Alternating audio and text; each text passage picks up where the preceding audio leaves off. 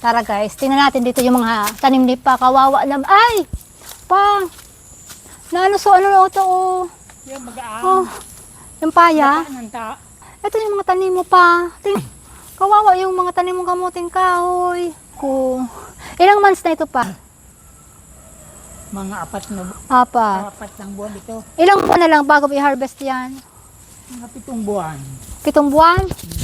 Ay, sayang pa. Dapat kayo ni siguro. Ano iyan pa? Kung putulan mo kaya yan pa, pwede. Dahil na. Dahil na yan, pwede yan. Maano na yan?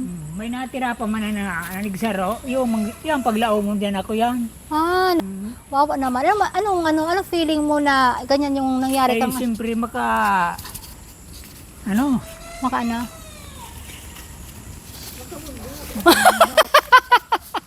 Pero talaga smile ka. Talaga smile ka pa. Sabi nga, di ba, dapat pa namin kasi smile, di pa? Oo. Sa farm mo, sa farm, ay lalo na dumaan. mas malala ito pa. Mas malawak pa ito yung tanim mong kamuting kayo doon, kaysa dito. Dito, mga 1/3 lang ito. Yung doon sa farm, mas marami Mga yun. 3/4 Yan, ito. oh. Mas marami yung doon yung tanim ni Pa kaysa dito. Tingnan nyo yung guys. Oh, yan, kawawa yung mga tanim ni Pa. Oh, ayan. Wala talagang natira sa tanim. Oh. Kaya ayan oh, tingnan nyo. Ilang linggo mo ito pig trabaho.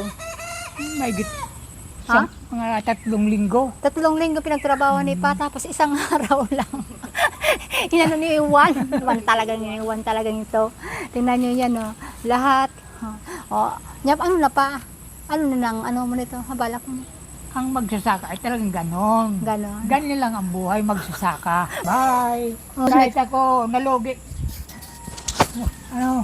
Magsikap uli. Pag. Ano to? Plug? Vlog pa? Hindi vlog. Vlog daw. Sige na, bye-bye na nga.